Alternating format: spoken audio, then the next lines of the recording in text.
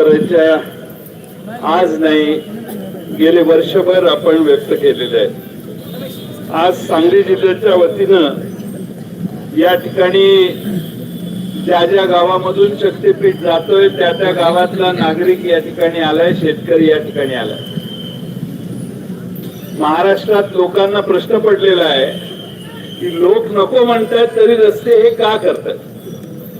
लोकांना कळेना की आम्ही आमचे पानंद रस्ता मागतोय, गावाला जोडणारा रस्ता मागतोय, ते दिना झालेत, पण आम्ही कधीच अर्ज केला नाही असा शक्तीपीठ महामार्ग हे सरकार का करत.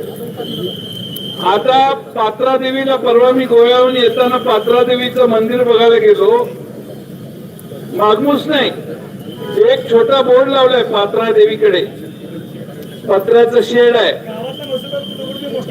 गावातल्या मसोबाचा दगड पण त्या पात्रा देवीपेक्षा मोठा आहे, पण मी पात्रा देवीचा अवमान करणार.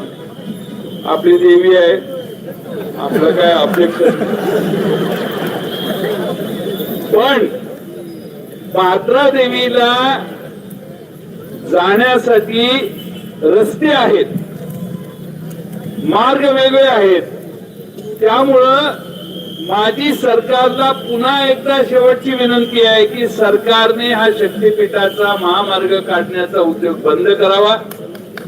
जनतेचा विरोध काय आहे हे आपण बघता. एवढ्या आमच्या भगिनी आलेल्या आहेत. भगिनी कधी सहजासहजी रस्त्यावर येत नाहीत, पण त्यांच्या जमिनीला, त्यांच्या नवऱ्याच्या, त्यांच्या पोराच्या जमिनीला तुम्ही धक्का लावायला लागला म्हणून आज फक्त एवढ्याच महिला आल्या. कदाचित हे सतत पुढे जात राहिलं तर 10-20 महिला या ठिकाणी जिल्हाधिकारी तुम्हाला भेटायला येऊ शकतात. आज राज्य सरकारच्या समोरच्या समस्या काय आहेत? राज्य सरकारच्या तिथं आझाद मैदानात परवा उपोषण झालं. उपोषण शेतकरी करतो, महिला करतात, आमच्या अंगणवाडीच्या सेविका करतात, आमच्या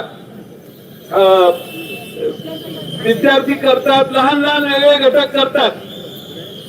पण कॉन्ट्रॅक्टरने या देशात कधी उपोषण आणि आंदोलन कधी केले नव्हते. आता या सरकारच्या विरोधात कॉन्ट्रॅक्टरांचं आंदोलन चालू आहे आझाद मैदानात. 90,000 कोटी रुपये कॉन्ट्रॅक्टरांची आणि भागवलेले नाहीत. केलेल्या कामाचे मागच्या वर्षी आमदार फंडाची जी कामं केली त्याचे पैसे अजून आलेले नाही. नवीन आमदार फंड अजून आलेला नाही. हाय आपण ऑगस्ट महिन्यात. त्यामुळे सरकारच्या तिजोरीत पैसे नाहीत. बाहेरून परस्पर कर्ज काढायचं आणि ही रस्त्याची टेंडर द्यायचा उद्योग सरकारने ताबडतोब थांबवला पाहिजे. मला अपेक्षा आहे फक्त कोल्हापूर आणि सांगली जिल्ह्यापुरता, सोलापूर जिल्ह्यापुरता हा विरोध नाही. परभणीला मोठा मेळावा झाला, हिंगोलीला मोठा मेळावा झाला. या दोन्ही मेळाव्याला राजू शेट्टी साहेब जाऊन आले. लातूरला आता थोड्या दिवसांनी मेळावा होणार आहे, मोर्चा होणार आहे. पलीकडच्या सगळ्या जिल्ह्यामध्ये लोकांचा विरोध आहे. लोकांचा विरोध असताना आम्ही सरकारच्या बाजूने असणाऱ्या आमदारांना म्हटलं जरा बोला. एक आमदार बोलत ना, सत्तेत असणारा एक पण आमदार बोलेना, एक पण खासदार बोलेना. एक तर त्यांनी पाठिंबा जाहीर करावा, नाहीतर या शक्तीपीठाला विरोध करावा. दूध का दूध, पाणी का पाणी करावा. दोन्ही बाजूला राहण्याचा उद्योग बंद झाला पाहिजे. आज मित्रांनो, माझी आपणाला कळकळीची विनंती आहे, आपण एकसंघपणाने सरकारचा अतिरेक परतावून लावूया. मोजणी करायला जर मोजणी करायला जर सरकारी यंत्रणा आली तर तुम्हाला काय करायचंय माहिती आहे. सरकारने अलीकडे खास अधिकारी या जिल्ह्यात पाठवले आपलं मोडून काढायला. पण आपणही तेवढ्या ताकदीनं इथं जेल फोडणाऱ्या वसंतदादांचा हा जिल्हा आहे. त्यामुळं सांगली जिल्हा महाराष्ट्रात सगळ्यात वेगळा जिल्हा आहे. त्यामुळं क्रांतिसिंह नाना पाटलांचं नाव घेऊन आम्ही या लढाईला सुरुवात केलेली आहे मगाशी या मोर्चाला. आणि म्हणून माझी तुम्हा सगळ्यांना विनंती आहे की आज आपण निवेदन देऊ, सरकारला पुन्हा जाग आणण्याचा प्रयत्न करू.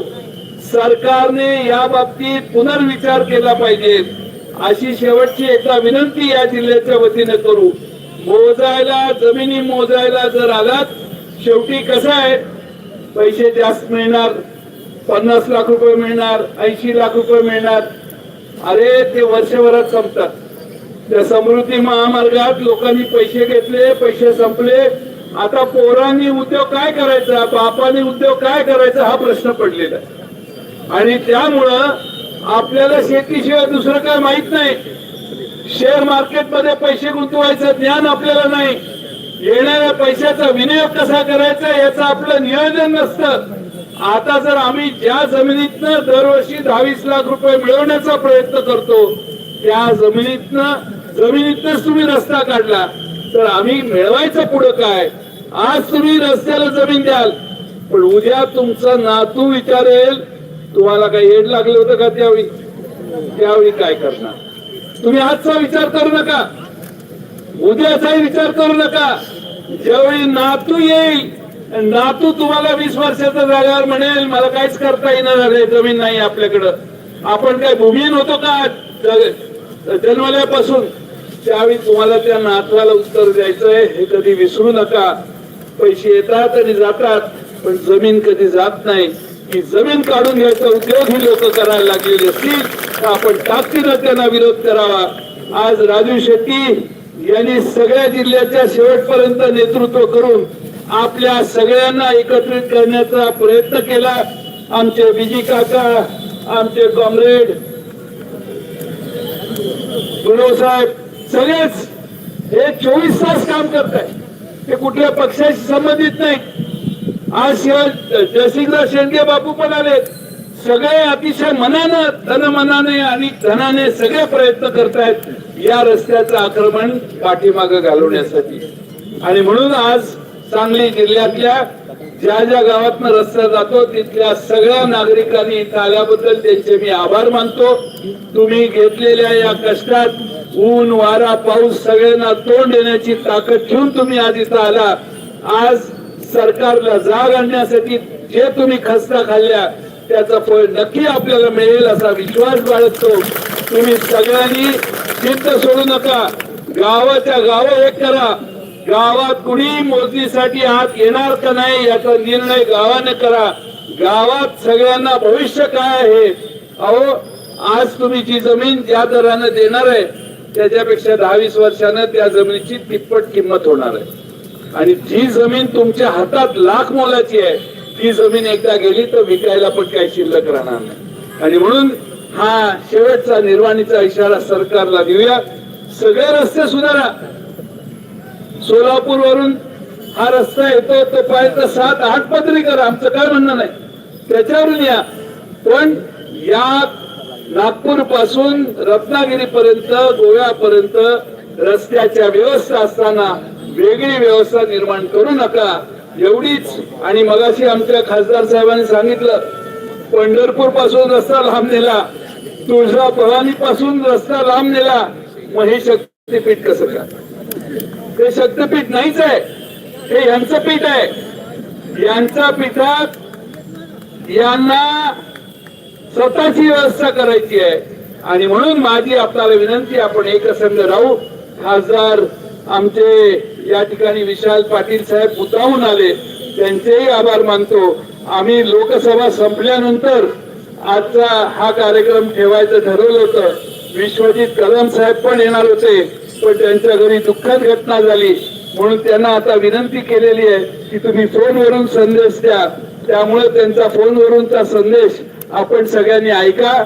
मग राजू शेट्टी साहेब बोलतील आणि हे सभेचा मोर्चाचा कार्यक्रम संपवून आम्ही काही प्रमुख लोक जिल्हाधिकाऱ्यांच्याकडे आज जाऊ आणि त्यांना निवेदन देऊ. आम्ही आज गेल्यावर आपण सगळ्यांनी जायला हरकत नाही. मी विश्वजित कदम यांना विनंती करतो आपल्या समोर त्यांनी त्यांचं मनोगत मोबाईल फोनवरून व्यक्त करावं. बोला.